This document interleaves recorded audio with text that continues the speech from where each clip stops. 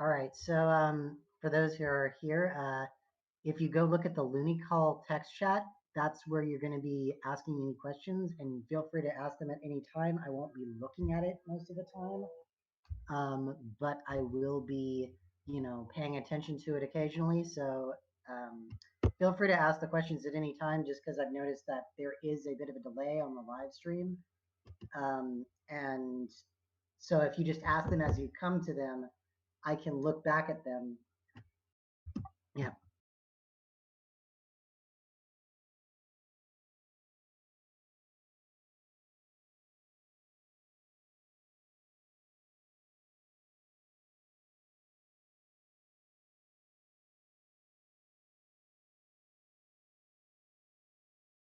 And here we are. I've got it all set up. All right. So welcome to the 5 steps for writing anything like a professional panel. And I'm Raccoon, and I'm the person giving the panel. And yeah, or it's a seminar, not a panel, but So the 5 steps to writing anything are, to go over it beforehand, are ideation, which is the part where you think about and research out your ideas, outlining, where you actually build the layout of your plot through bullet points, drafting, where you take those bullet points and you turn them into actual prose that's interesting to read, editing, where you go back and look through that and you reread it and rework it and fix all the dumb little problems that you got in it because you were writing it as fast as you could and you misspelled every other word. And then finally, after you're done editing, you release, because why do you write things if you're not going to release? And I will talk. Releasing isn't just about putting it somewhere, it's also about promoting it and figuring out how you're presenting it when you put it there. Hang on, let me change my talking thing because I'm holding down a button right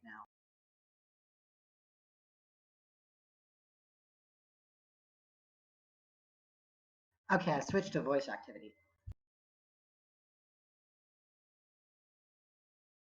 So normally I give this panel mostly at pony conventions, but I'm going to be doing a version that's less pony because this isn't a pony convention. But you're going to notice there's a lot of ponies in the art that I put up on it. So why do I use this method? The reason I teach this method is because I'm not a fan of like these, oh, yes, this takes 4 steps and there's specific steps, or oh, this is normally the thing. But I'm not a fan of structure, but I find that this is the structure that I always use, and that if I ever try to deviate it, there's a problem. This is the structure that they try to teach you in 1st grade. They start trying to teach you this, and they start trying to teach you it every grade after. Even in college, they're still trying to teach you this one method of doing things. And people just don't get it because it ends up being put in with a bunch of other stuff that isn't as important as understanding how to lay out ideas like this. So that's why I teach this method and not as opposed to some other one, or why I even have a 5 steps thing here in the first place. So the first step I was talking about is ideation. But the first question you need to ask is, what is an actual idea for a story? Because if you look at writing forums, especially if you look at groups on like fan fiction, you'll find they're just, I call them littered with these ideas for stories that aren't really ideas for stories. A person is not an idea for a story. A setting is not an idea for a story. An event or conflict is not an idea for a story. These are elements that you put together into a story, but a complete story idea is more than just a person. Like if you say, what if you're writing a fan fiction and you say, oh, I want to put Sonic the Hedgehog in Equestria. Well, that's not a story really. That's an idea that you can make a story off of, but it's not a story, because an idea for a story is characters in a location struggling to do a thing with context. It has this clear beginning, middle, and end. At some point, it becomes a point where the reader can enter it, follow through a sequence of events, and then walk away with something. And just having random ideas is not the same. So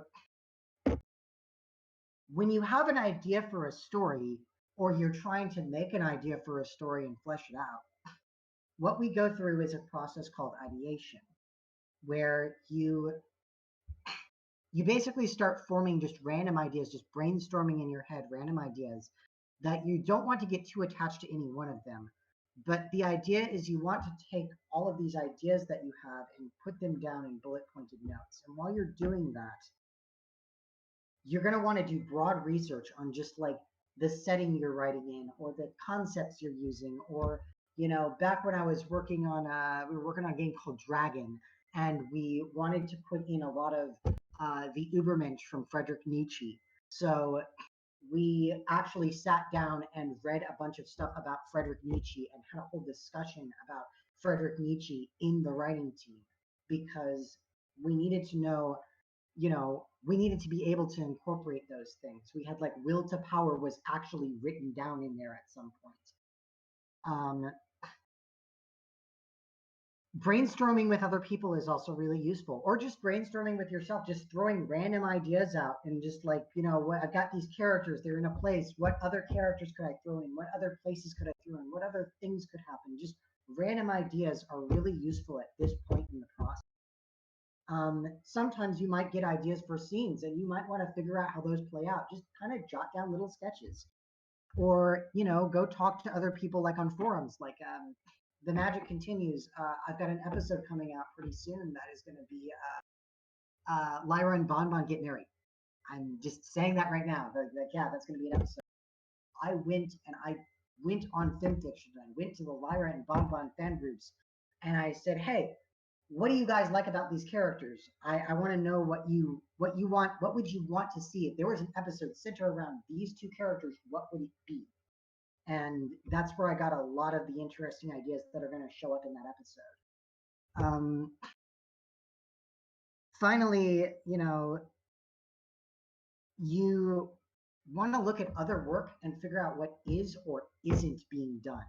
So like if you're looking at other works and you're like, I really like this one element that keeps showing up in other works of the same genre, then that's an element that you should probably maybe think about a way to fit it into your story, or maybe figure out a way to change it to make it interesting for your story. Or conversely, you might be sitting there thinking, no one is doing well for the novella series I'm working on right now. The initial thought was no one is doing a plot line that has magic, but also a really gritty setting. Or I guess they are, but they're not doing like people just slinging spells around in this gritty setting. That doesn't really happen that often. And there's also the fact that no one's really done sensitive goblins. We've gotten a little bit of sensitive orcs from Warcraft, but not enough about sensitive goblins. So I'm writing a setting that has sensitive goblins. Oh no, goblins, the comic did it, but still. Anyways, so while you're doing this, you want to take bullet pointed notes the whole time on your brainstorming, on the different ideas that you're having. And eventually you're going to have like a pile of bullet pointed notes on things. So your ideation process needs work. This is a new slide that I just added recently. If you know that your ideation needs work if you start running out of material too soon when you're writing, or if you aren't going into enough detail when you're writing, or your material isn't good or consistent, or your stories end up not having much of a point, or you have something called missed opportunities. Missed opportunities is something that isn't talked about enough. It's basically when you have something that you could have and possibly should have done, that the reader was possibly even waiting for you to address it, but it never came up again. And a good example is like I've been watching Avatar a lot lately, right? And one of the things I like is that in the first season, you go to Umashu and you meet King Bumi. And King Bumi is this powerful earthbender, and you kind of get this idea that, this character is very useful and he's clearly very loyal to Aang. He should come up later. And here we are in the second season, and I just got to the episode where they return to Umashu because King Bumi is going to teach the Avatar how to earthbend, and that's not a missed opportunity. If they had never had him come up again, this character that clearly has a lot of backstory with Aang, that clearly is a very powerful character that should come up again, if he never came up again, that would be a huge missed opportunity. And the example I had with My Little Pony is Moon Dancer shows up in the 5th season, doesn't show up again until the 9th season.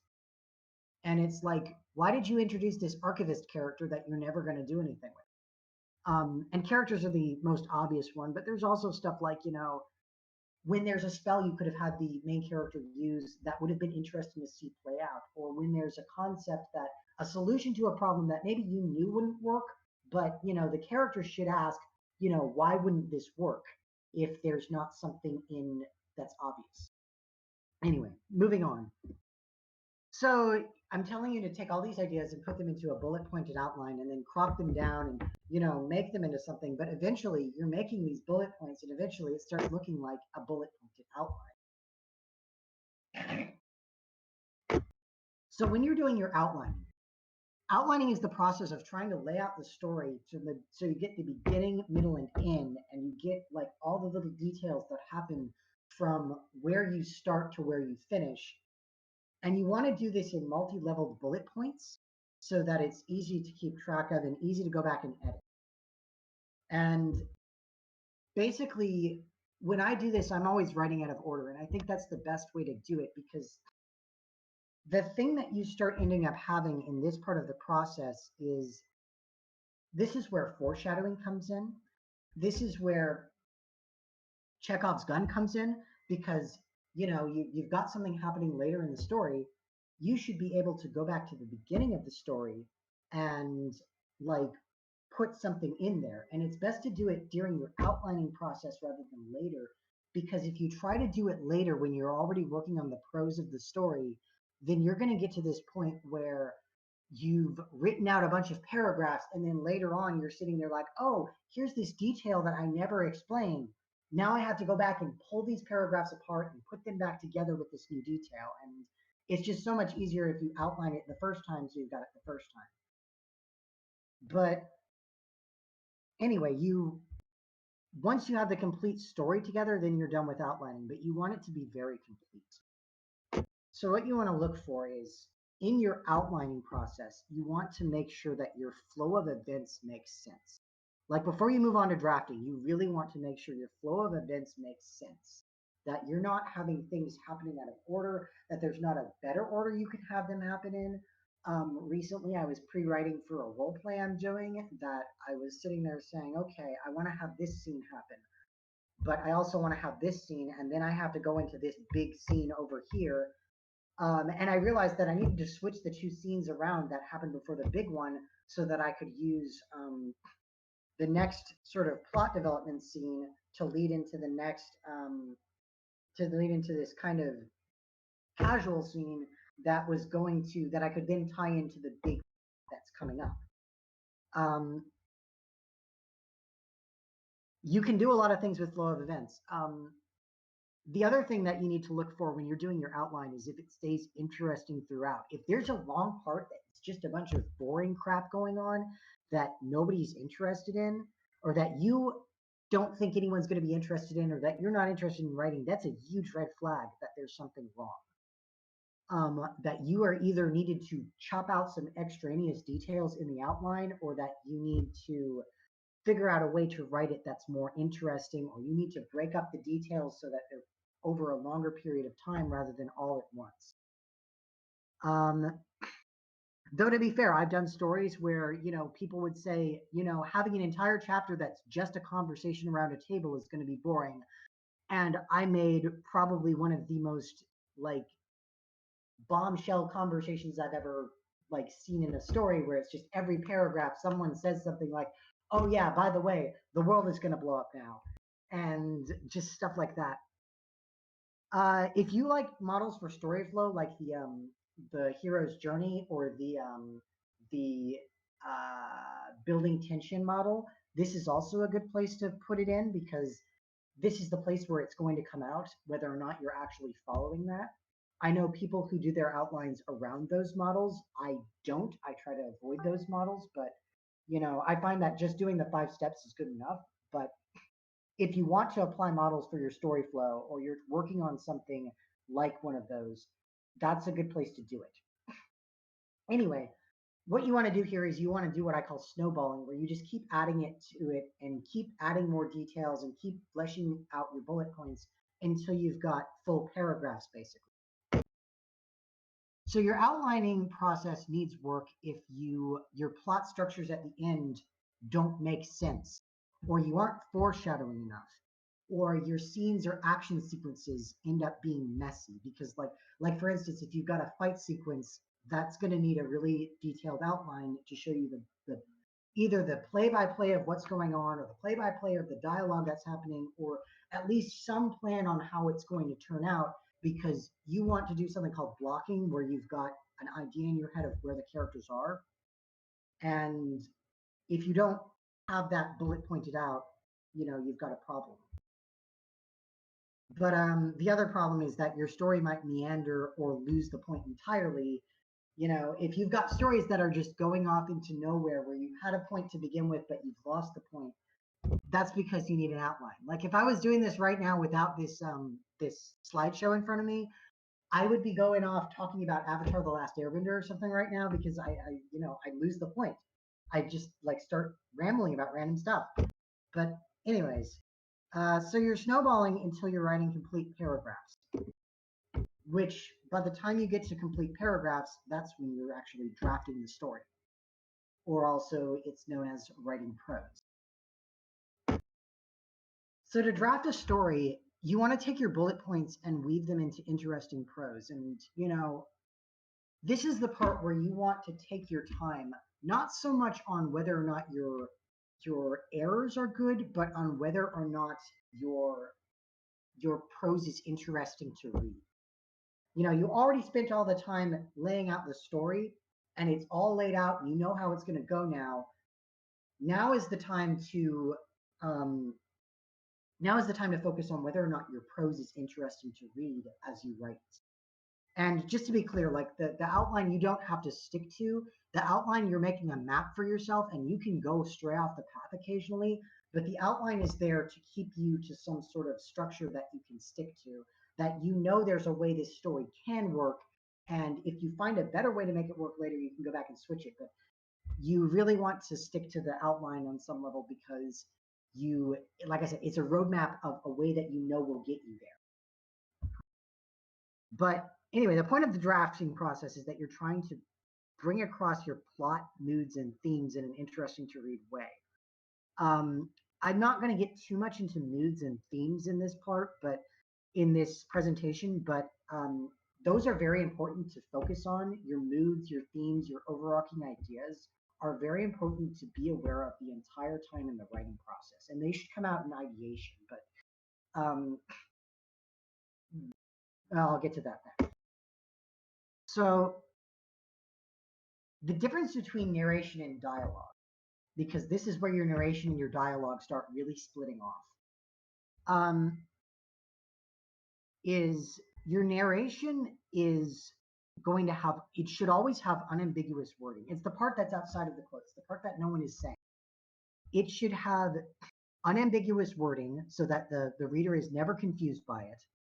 It needs to be grammatically correct and all that. And it's usually going to be third person omniscient. That is the easiest way to write third person omniscient past tense.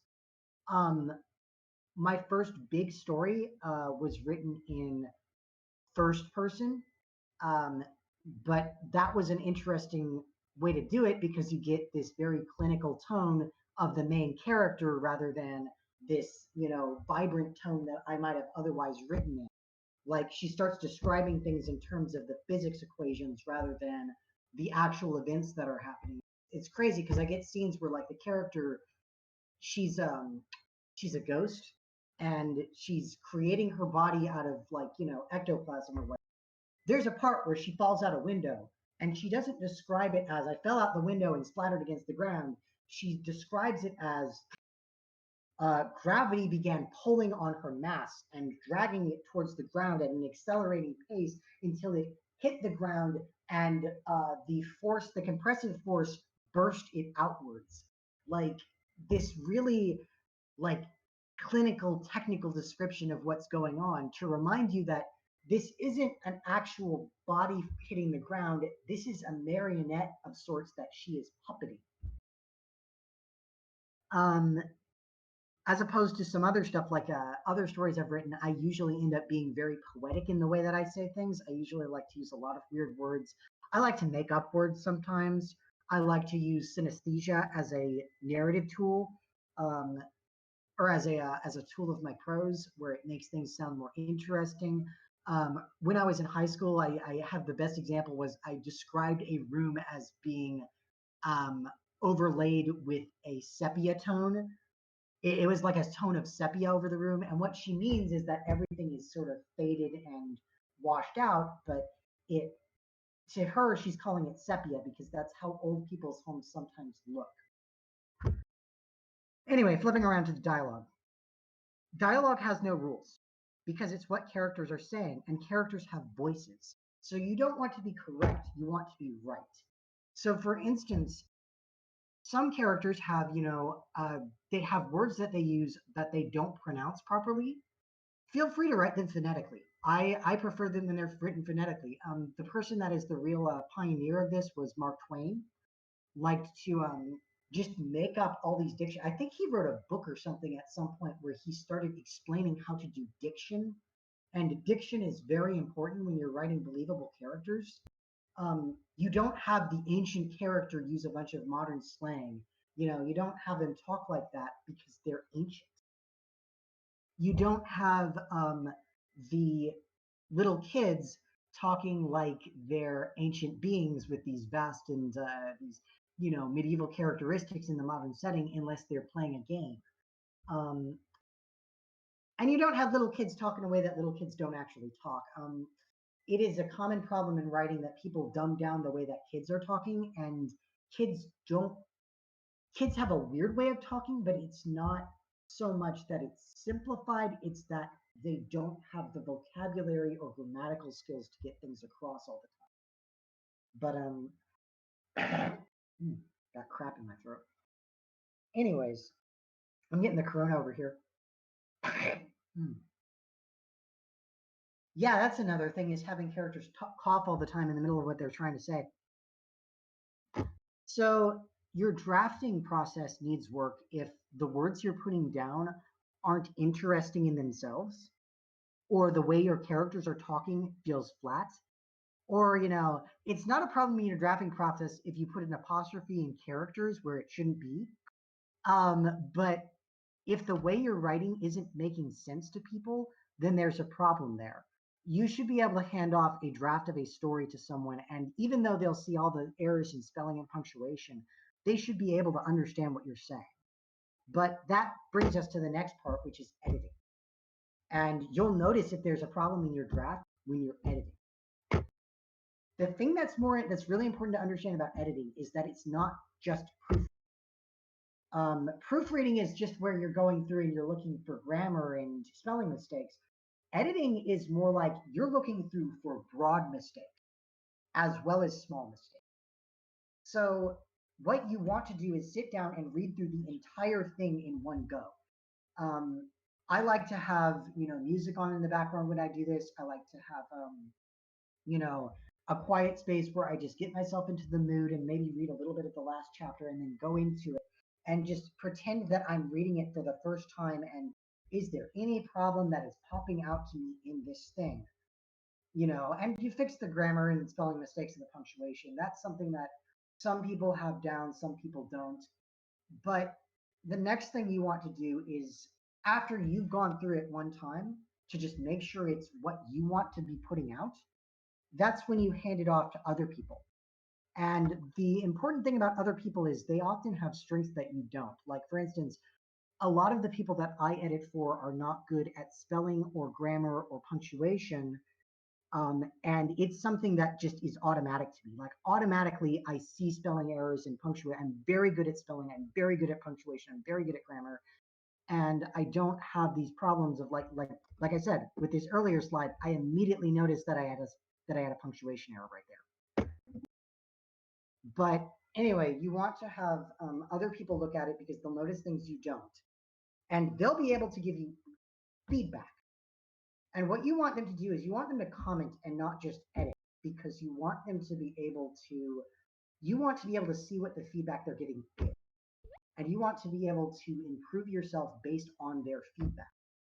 You also want them to comment on the actual things that are happening in the story, and you want them to be commenting on how you've written things and whether or not things are making sense to them, because this is your moment where you don't want to get through the editing process with these gaping holes in the way you've written things or this nonsense story. If anything has slipped through the cracks in the earlier segments, this is where you need to be catching it. Anyway, once you've had other people looking at it, you read through it again, do all the stuff they said, make sure you're happy with it, and then finalize it and release it. And the reason I say release it at this point is because too many people have the problem of, you sit there and you're never going to like your own work, and you're going to sit there and just keep hating it the whole time. And the more and more you read through it, the more things are going to pop out. And eventually you're going to get to this point of diminishing returns where you just need to release it. But this is a common question. How do I find proofreaders? And the question is, the way you find proofreaders is there's a few places to find them. It's not necessarily easy, but there's places you can start. There's writing groups that are on websites. Reddit has them. FimFiction has them. Fanfiction.net, I believe, has something like that. There's forums for this. There's all these places, or there's in-person meetup groups for writers where you can bring your own work and read it. And sometimes they'll have workshop activities even where you trade off stories and you look at each other's stories. If you're on a writing site, there's often a group for that genre or a chat room. You should be able to find like Reddit threads or chat rooms or Discord servers for the genre that you're talking about, or for the setting that you're talking about. If you are established on some level, you can show it to your fans. I've found that making a unproofread draft as a Patreon reward and then saying, hey, if you guys find any errors, go ahead and comment. I find that that's actually really helpful because you get this situation where you're basically getting the people that are paying you money to see your stuff early are also getting to pay you money so that they can proofread your stuff and make it not suck. So and a lot of people appreciate being able to proofread stuff just because it gets them that lets them see it early.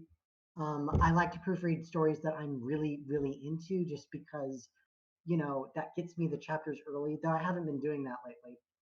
And the final way is if you can't find someone to do it for free, you can always pay someone. I charge half a cent per word. I proofread professionally. There are lots of established writers who will proofread professionally, and the rate is a lot less than if you were to commission one of us. So, as I was saying earlier, you want to limit your passes.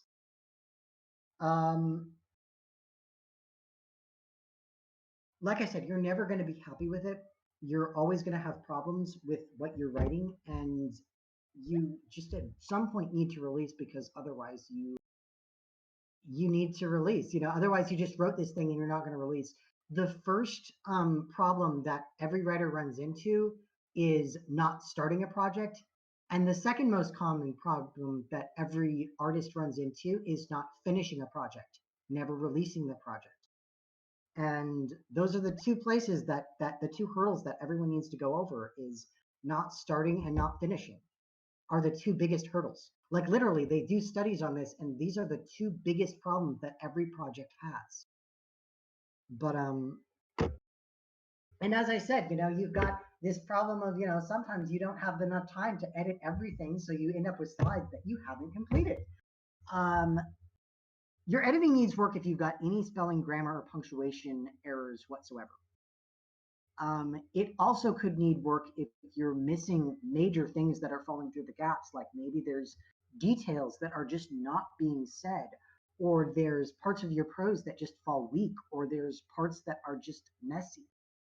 That's what editing is supposed to clear up.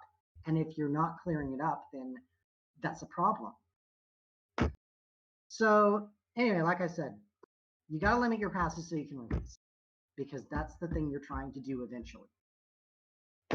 Because if you don't release, then why did you bother coming to this seminar and doing all these 5 steps that I'm giving you? Why would you bother going through all that trouble? If you're going to just make something yourself, then, you don't need to worry about these 5 steps if no one else is ever going to read it.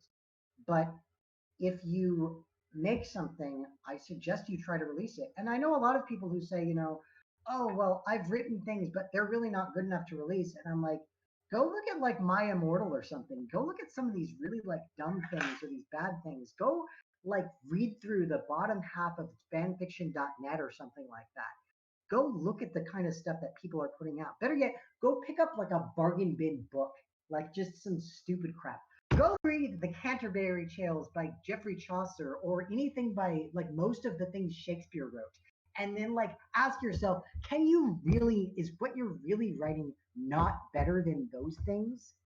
Because like, yes, and I'm talking shit about Shakespeare right now. I shouldn't say that on the stream. I'm bad mouthing Shakespeare right now because a lot of the stuff he wrote really actually doesn't hold up to modern standards. It's like I was watching Avatar the other day, and like I started watching Avatar again with some people, and I noticed like at some point early on, like, wow, the dialogue is really bad in this. I forgot how badly written the dialogue is. It's like just such stale, weak dialogue. And, that's something I'd forgotten, that, back then it really held up, but over time it just doesn't.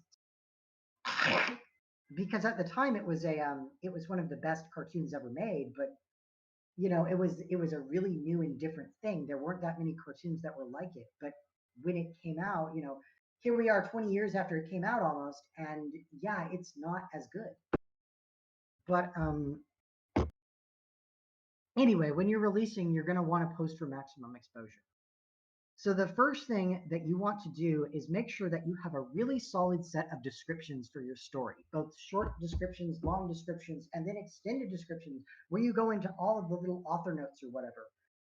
And you want to make sure these are thoroughly proofread, because if I'm looking at a story and deciding if I want to read it and I see spelling or grammatical errors or weird nonsense in the story description, I'm not going to read it, because I'm not going to deal with reading. You couldn't even bother to proofread a paragraph description. What sort of nightmare is your actual prose going to be like? If you're putting it on a site that has tags, you want to be very careful about the tags you use. You want to maximize your tags for maximum exposure. You want to try to use tags that are appropriate for it. You want to make sure that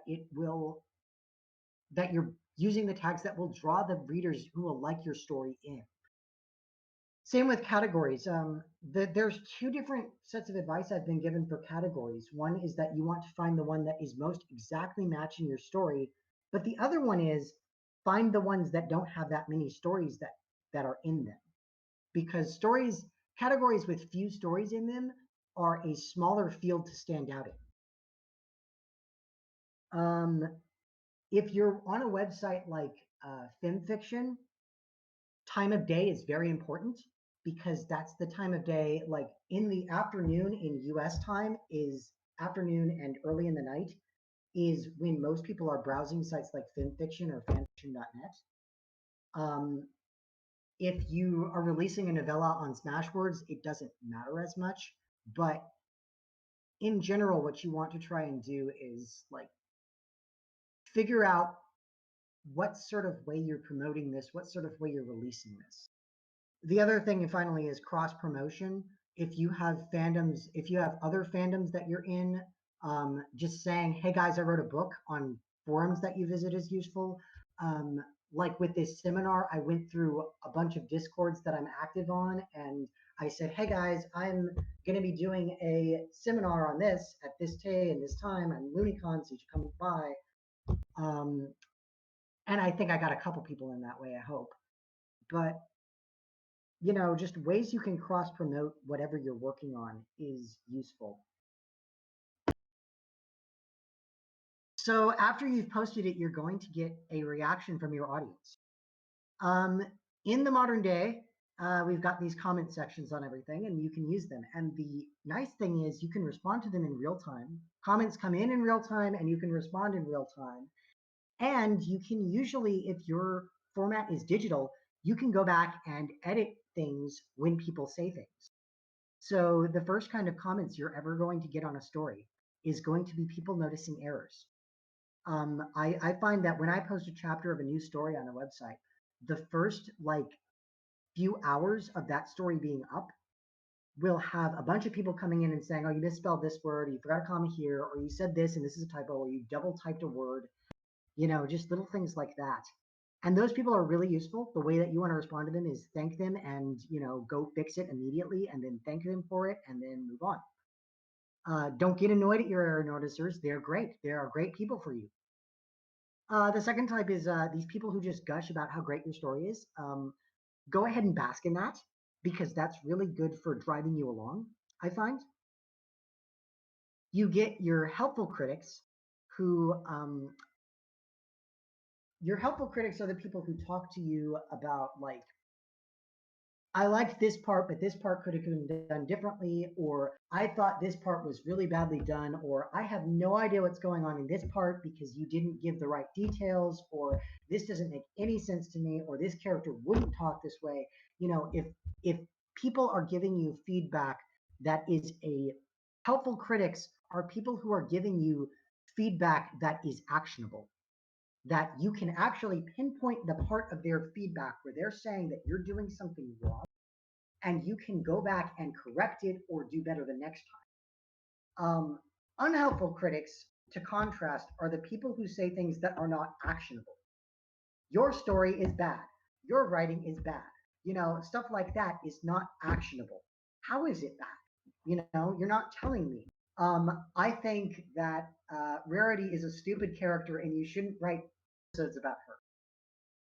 Well, then you're watching the wrong show. I'm saying Rarity because she's on the screen right now. But if I'm saying, if I'm writing Avatar: The Last Airbender and someone pops in, I'm obsessed with that right now apparently, and someone pops in with, I don't like shows about magic and mysticism. I don't like shows that have a non-Christian worldview. I don't like, these things. Then your answer should be, well, too bad, because that's what I'm writing here. Those people are not helpful to you. Finally, you've got the peanut gallery. The thing about trolls is that what you're going to notice is there's always going to be people on your stories that are basically going to ask, this sucks and you suck for thinking it anything but suck.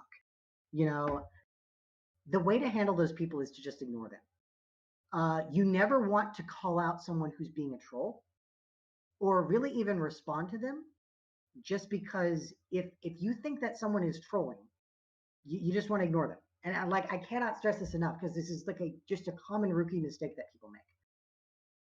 If someone you think is trolling you, then you just ignore them, because the two things that could happen are, one, you make the mistake of calling out someone who isn't trying to troll, and then they get really offended.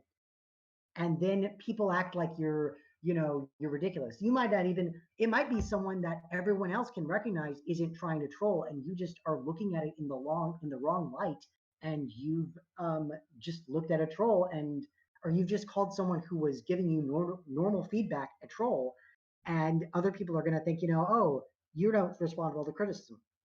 The flip side is, if they're an actual troll, they'll either pretend to be a person who has legitimate feedback, or they'll go call their friends and tell them, hey, look, this person responds to my trolling. We should all troll them because it's funny. So that's the thing you want to not do. That is the one piece of advice I can give you. The biggest piece of advice is, if you can't find something actionable and useful to say, if you can't find something useful in a comment, just ignore it and don't respond. Anyways,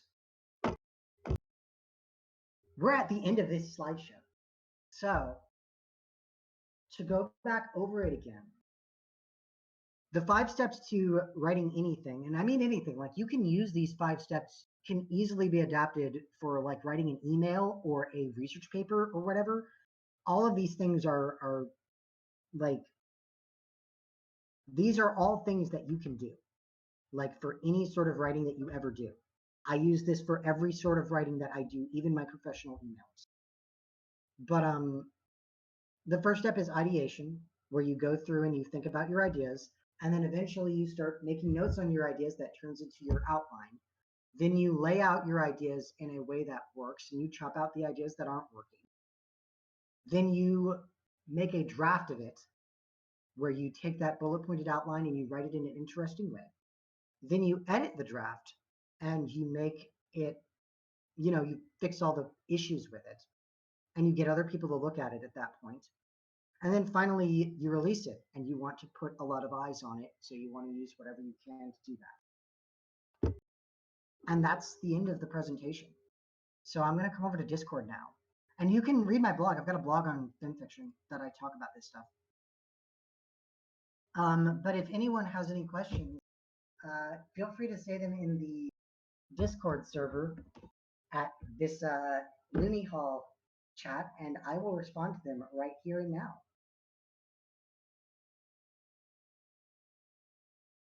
Oh boy, the writer's block question.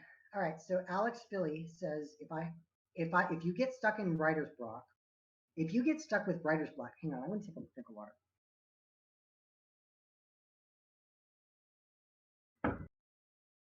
Okay.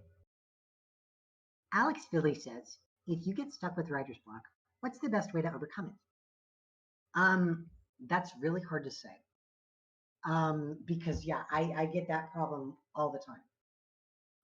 What I'll tell you is that when you are working on a story, you should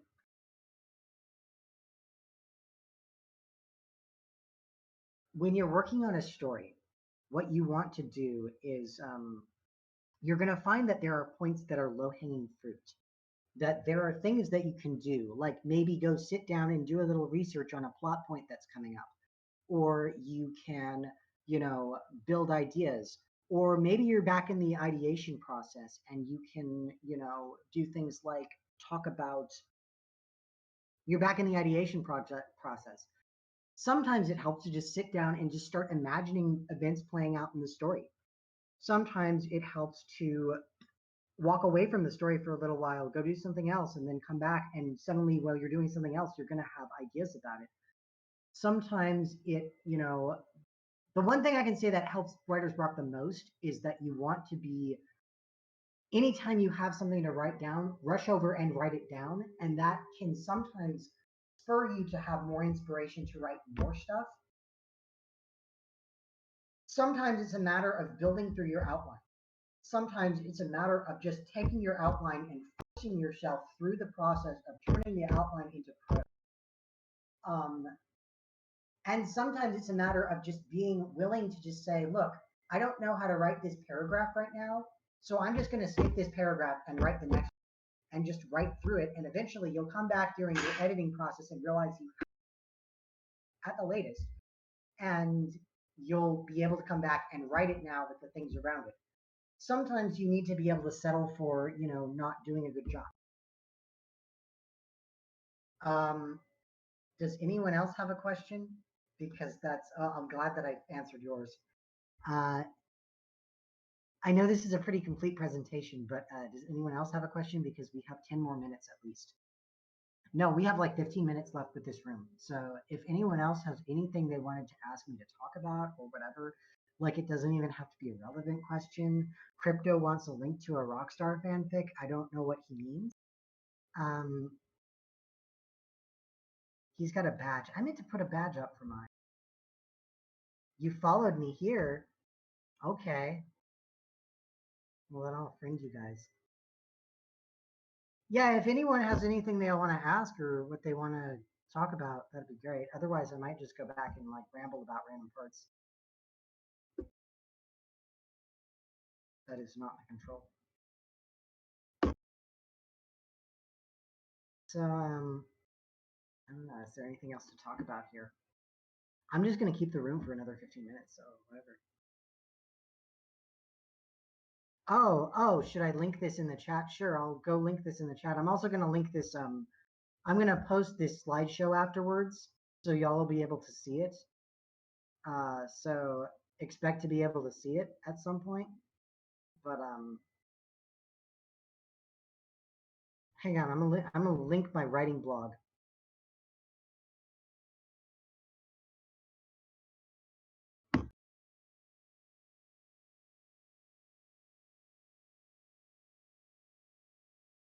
So, okay, this is funny. I don't have the blog post for this particular seminar up because it's like this ridiculous giant thing that I'm going to need to break down into other blog posts. I realized at some point, and once I realized that, I hadn't gotten back to it. But yeah, it's this monster of a blog post. So it's like too big to fit into one blog post. Anyway, this writing blog here has a lot of useful stuff that isn't just useful for Ponyfix.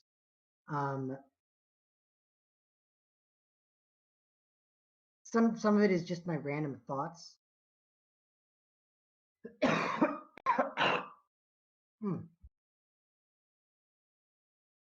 I should put more on here.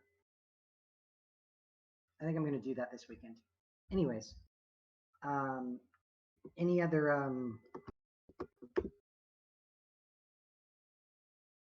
thoughts? Does anyone else have any other thoughts or questions or things that we should talk, or any other ideas to ask me questions on? You know, the room is open. You can all ask. I'm really tempted to make it like to say that we should just unmute everyone in the room. I think that would work if we just unmuted everyone. I'm tempted to say we should do that.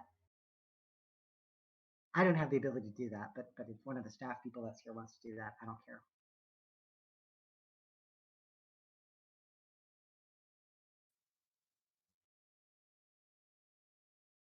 Oh boy.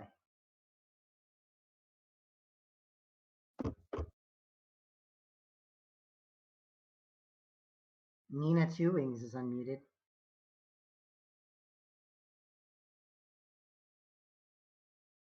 You were asked to write a body horror story.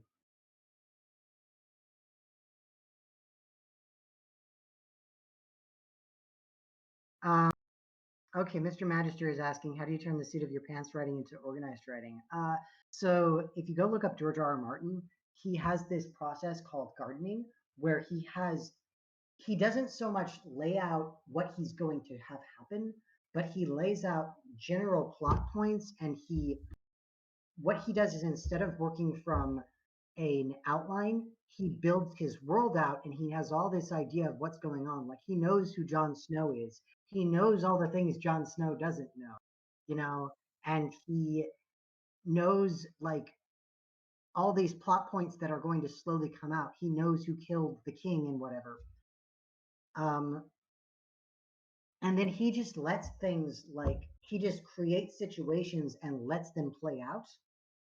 And that's why the writing of the Sword of Ice and Fire or Game of Thrones books are really all over the place, but it's also another method you can use if you want to try seat of the pants writing. I highly suggest not like having some form of outline, some idea of what you're doing, even if it's just, that you have some themes and some ideas and a setting that you want to use. You want to have some sort of structure, especially in a longer story. There are stories that are episodic and they're just, serial stories of just things happening to the character. But even those, like, my suggestion to make those work is to try and find something unified to make them work. Like webcomics are like that, where they're just kind of making up a lot of stuff as they go, but they've still got these overarching ideas about how their world works, or things that come up as they're writing that are like, I can solve this. Oh, that's interesting. That could be another arc sometime later. They always keep a lot of notes. So Rotund Beast is asking the horror writer here, me, the person who specializes in body horror, how to write a body horror story. The answer is just do whatever, like body horror is about sort of transgression from reality. And the best way I think to do it is to just do whatever comes naturally to you. Um, Displaced into Nothing, I think it's the most well-known body horror story I've written, like the most egregious example. I have one coming out really, really soon that involves characters being turned into a carousel, but there's also, Displaced into Nothing. The body horror in that derives from the main character being a ghost and her ability to change her body at will, and also the fact that she's kind of sociopathic and has kind of lost track of her humanity, so she doesn't really care what that shape looks like. So like in the last chapter, she was, what was it, like I described the Shoggoth form as being a mass of what was the word, extremities, which were weaponized. Something like a claw, but it's not really a claw. I'm going to describe it as being something like a claw. I can't really tell you what color I was. I was colors beyond your imagining. I can't really tell you, where my mouth was. I had hundreds of things that could be called mouths. Just this description of this amorphous entity, or the time that she gets her head chopped through with an axe, and it's just sideways in two parts, and she just eats the person's hand with it. And because she's like the Thing. But the question is, what do you want them to turn into? And figure out how to describe how they're turning into it. The Thing is really good about, like, people say, oh, the horror is in not showing you, but the Thing is really good about showing you, that like, how does this thing consume people? Oh, it just turns your mass into part of its mass. And, it can turn you into all sorts of things. It turns you into whatever the tool for the job is. So it just rips you apart and uses your bones for spears or whatever. That's a good example. Or you could do something like way toned down. Like, you could turn characters into a carousel and they're sitting there like, I've got this thing that's been done to me that's making me want to turn into a carousel. Let's build a carousel. We're going to paint it all bright colors, and now we're going to use this spell that's going to turn us all into a carousel, and we're going to be so pretty. And then the other characters are looking at it at the end like, what the hell? They just turned themselves into a carousel. Why did they do that? Like, now they're a carousel and we can't turn them back. Oh no. At least they're really shiny. I don't know. The trick for writing any horror story, though, is, and I gave a seminar most recently. I gave this seminar at Ponyfest Online 2. I gave a seminar called How to Use Horror Elements. And what I said was, horror asks uncomfortable questions and digs into uncomfortable questions and digs into uncomfortable topics. And the question you need to ask is, what is the uncomfortable question you're trying to ask here? What is the theme you're trying to give here? The carousel one that I'm talking about isn't even scary. It's a horror story that isn't even scary. It's the main characters just gain this obsession with turning themselves into a carousel because they've just been cursed and they're going crazy. And that's what they do. But from their perspective, it's not scary. So it's from their perspective, so it's not scary. Then finally, you get, that's really all I can say, is that's how to write a body horror story. Is there anything else you want me to talk about in that line of questioning? I don't know. I'm tempted to ask Rotund Beast what the horror story is going to be about. Like, what is the body horror in it?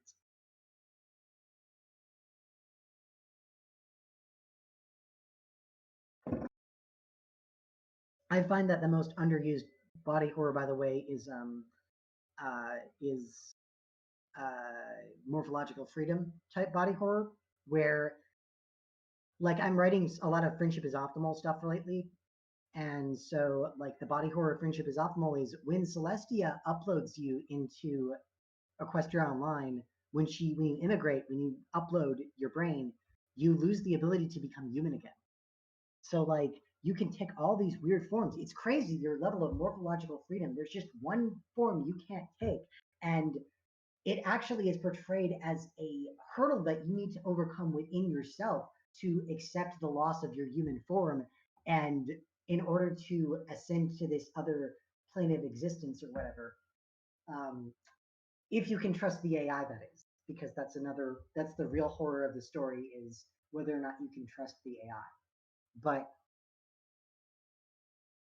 you're writing a story about someone getting sick and their body changing colors.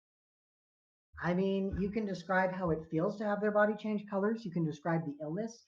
You can describe the moment that they look down and realize that their body has changed colors. And just that moment of what's going on, that moment of panic or maybe just confusion.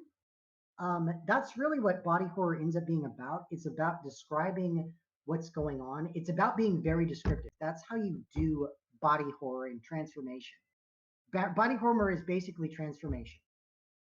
It's they're basically interchangeable genres, and the only difference is that we call transformation stories are usually the ones we talk about when we're talking about um, things that aren't inherently scary, or and body horror is when we talk about inherently scary forms that you get turned into, but really they're the same thing. So I would say don't have them just change colors, have other stuff change, maybe the texture of their skin, maybe have them get all slimy and slippery or rough and rocky. Maybe they have their skin turn gray and realize that they're turning into like rocks or they're turning into bark. That would be interesting. Think about your missed opportunities here. Think about the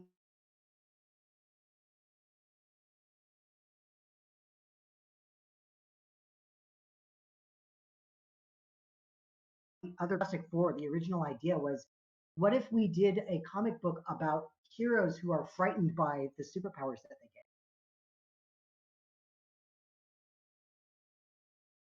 I know I can't see you nodding as you listen. I cannot see you nodding right now.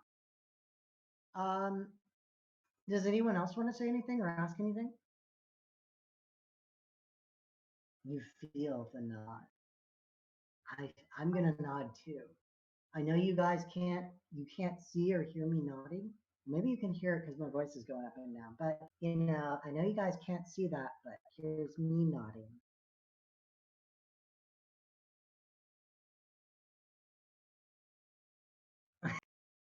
Looney says, "Okay, are you nodding too, Looney?"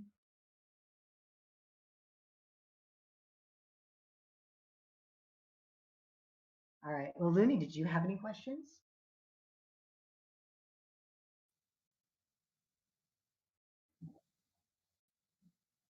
Yeah, I did.